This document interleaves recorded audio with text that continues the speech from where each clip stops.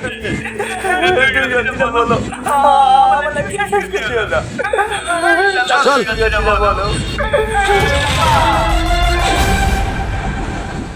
তো হ্যালো বন্ধুরা, তোমরা সবাই কেমন আছো? আশা করি তোমরা সবাই অনেক ভালো আছো।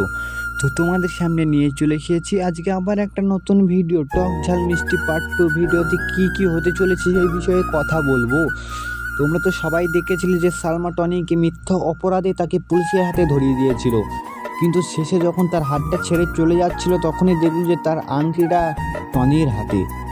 এখন টনিকে বাঁচাতে পারলে একমাত্র সালমাই পারবে। তো পরবর্তী পার্ট 2তে কী হবে সেটাই তোমাদেরকে আজকে বলবো। সম্পূর্ণ ভিডিওটি দেখুন, আর হ্যাঁ, নতুন হয়ে থাকলে চ্যানেলটি সাবস্ক্রাইব করে রাখুন।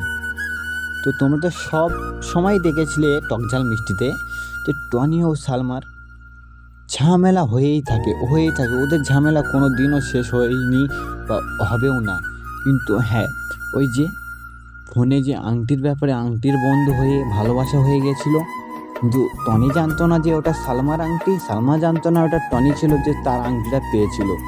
তো লাস্টে যখন বিচ্ছেদ হয়ে যায়, মানে পুলিশে টেনে নিয়ে চলে আসছিলো, তখনই সে সালমা দেখলো যে ওর হাতে আমার সে আশীর্বাদ করা সে আংটিটা, ওই আংটিটার জন্য সালমার বিয়েটাও ভেঙে গিয়েছিল।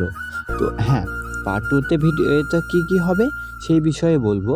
পার্ট 2 ভিডিওতে সালমা পুলিশের কাছে গিয়ে টনিকে ছাড়িয়ে আনবে, কারণ টনি তো ওর নিজস্ব ভালোবাসে না।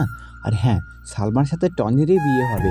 কিন্তু এই যে মিথ্যা অপরাধে টনি কি সত্যি সালমাকে কোনোদিনও ক্ষমা করবি সেই বিষয়ে তো বলতে পারবো না, কিন্তু ক্ষমা করতেই হবে, কারণ এটা টক ঝাল মিষ্টি সত্যি একটি খুব সুন্দর নাটকের নাম দিয়েছে, টক ঝাল মিষ্টি। আর হ্যাঁ বন্ধুরা, ভিডিওটি এই পর্যন্তই। ভালো থাকবেন, সুস্থ থাকবেন, ধন্যবাদ।